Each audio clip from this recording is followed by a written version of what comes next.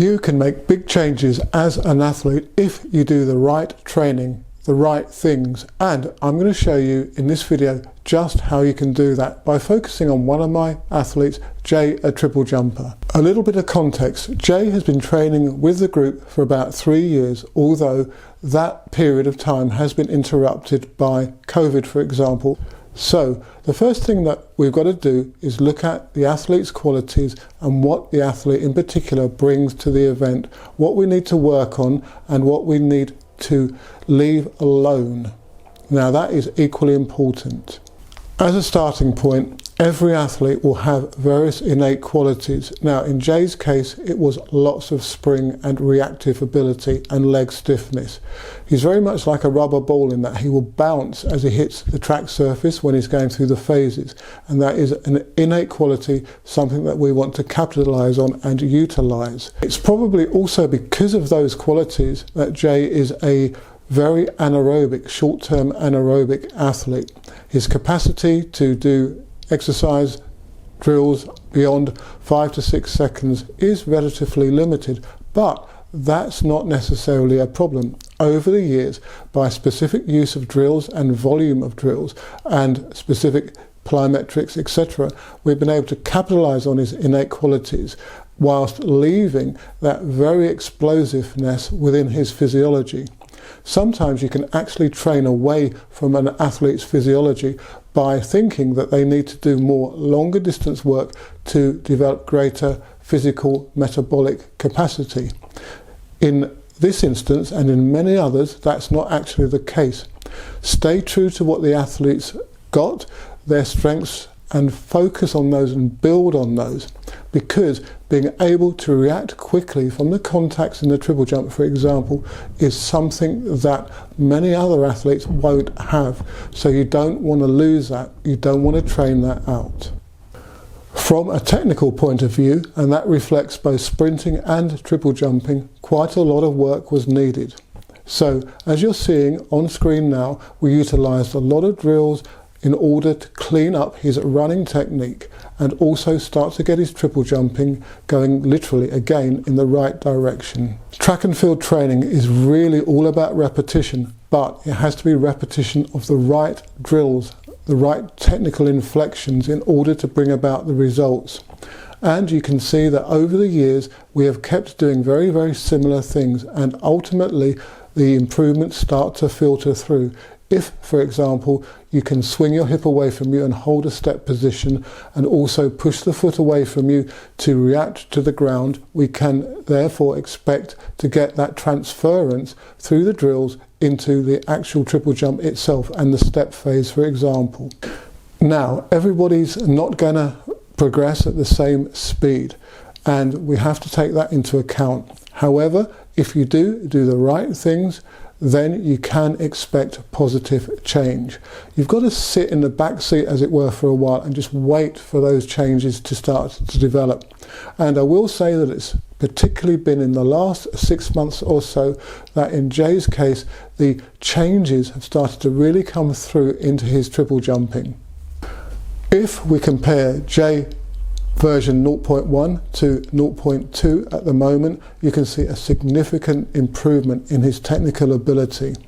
Now, that's taken time, as I've said, to develop, but key to that has been the drills and also the development of understanding on the part of the athlete to impart the necessary movements, and in the case of the triple jump, to have the confidence also to be able to do so. And that is particularly apparent when it comes to the hop, whereby you really need to go for it, but with the correct technical application. And as you'll have seen in other videos on the channel, where I analyse, deep dive into the mechanics of the hop, Jay has started to get on top of the hop. And if you do get that hop technique right, then the other two phases are going to significantly be optimized, benefit. Another thing that you can do as an athlete and coach is to look for an elite athlete who has a similar technical model to the one that your athlete has. And you can look at that and try to refine your athlete's technical qualities against that elite role model. Now, in Jay's case, he uses a single arm action, and there aren't that many male triple jumpers that utilize that method. In fact, I had to go back to the 80s to find a very good elite example, and that's the Bulgarian Christo Markov. Now, he was a very, very, very powerful athlete, and you can see how he utilizes the single arm action to power his movements. Now, that we are going to implement more so with Jay in the future as he gets on top of his triple jumping and matures more into the event. At the moment, his arms are serving more of a balancing role rather than adding to the propulsion of his movements. But it's all about looking to see how you can progress the athlete and develop them year by year by year. But you can't literally run before you can walk. If we were going to employ a very powerful arm swing in the step phase, that's potentially going to throw Jay out, unlike with Markov, whose power enabled him to carry that through. So where does strength fit into all of this? Many coaches may look at an athlete and immediately decide that they're not powerful enough, they're not muscled enough in order to do the event. Now, that, as I've said, can be a blind alley, in that the contractile properties, the ability to recruit fast twitch muscle fibre, does not necessarily depend upon the size of the muscle. It's the ability of the muscle to stretch, reflex, and to recruit under load that counts. So, with an athlete such as Jay, going down the weight training route to improve his performance would be potentially a blind alley.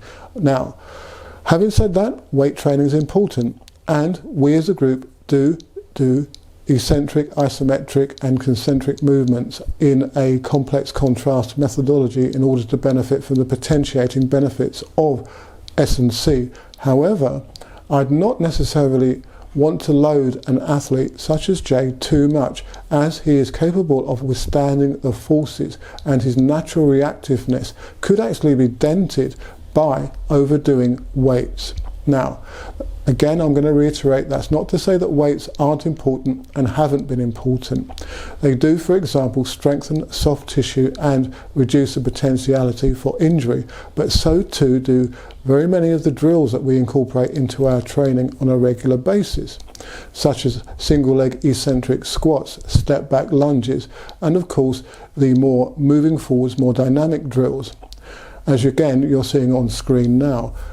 Don't just see drills as a means to improve technique, they are also a great conditioning way. And as I've said previously, if you incorporate them regularly into your training, they're going to dovetail and fit into benefiting you technically as well. So what else has been crucial to Jay's improvement? Well, his sprinting technique is improved. Now, it isn't textbook, I will say that, but he's beginning to apply force better, his stride length is opened out, and he's going in a better forward direction. Now that forwardness will then translate into better hop takeoff. It's the same with the long jump. I tell the jumpers to run straight, to go forwards down the run up. It sounds odd because you are obviously running forwards, but it's about how you move your hips to really translate forward movement into forward movement at the takeoff. Version 3.0 of Jay will be a more powerful version, but also one where he's better able to hold onto the phases even more so. There's more room, more length to be gained on his hop. It's just that he's got to gain the confidence and power to be able to add that extra 40 to 50 centimeters. We also need to work on the contact out of the step, if he gets the contact out of the hop right. In that the feathering, which many triple jumpers do, that means pulling the foreleg in slightly mid-flight before they push it out, sometimes in his case creates rotation, and he's not able to therefore push the foot away from him and then pull it into the track surface with the range that's necessary and with the right timing. However, as I've said, that improvement is now being made, and it won't take long, hopefully, before we can extend that contact into the jump phase. Speaking of which, we've not really worked on the jump phase until lately. That's because there's no point working on the jump if the preceding two phases aren't right. You've got to get into the right position from the hop, from the step, to get into the right position into the jump. So now we're beginning to work on that, and this is where we're looking to get a more effective double arm action into the jump phase. This seems to be happening naturally. So again, I'm working with the athlete and not trying to put on them something that may or may not work. Obviously, if we can't get the transition from the single arm into the double arm into the jump phase, then we may have to revisit that and go back to more of a traditional way of taking the arms round and over into the jump phase in Jay's case. And it's even conceivable that in time we may go to a double arm action into the step phase as well. When you begin to look at triple jumpers, you can see huge amounts of variation between the way they use their arms. I think it's Jordan Diaz uses a butterfly movement of the arms at the hop and then goes into a double arm, which is very unusual. So again, you've got to look at your athlete and work out what works for them, but stick to the fundamentals initially and try to get them to work against or with what they have. Well, I hope the information provided in this video will help you understand how you can improve as an athlete, and you'll get motivation from seeing how Jay has improved over the years by focusing on what works for him. Always dial that back. Think to yourself, what do I need to improve myself? What are my qualities as a triple jumper, as a long jumper? What am I weak on? What am I strong on? And build your training program up around those factors. If you have any questions on the specific subject matter of this video, or indeed any of my others, then do leave a comment in the section below or through my other social media. And do like and subscribe to the channel and give this video a thumbs up. And please do feel free to distribute, copy the link, spread the word about the channel, as it all helps the channel's growth.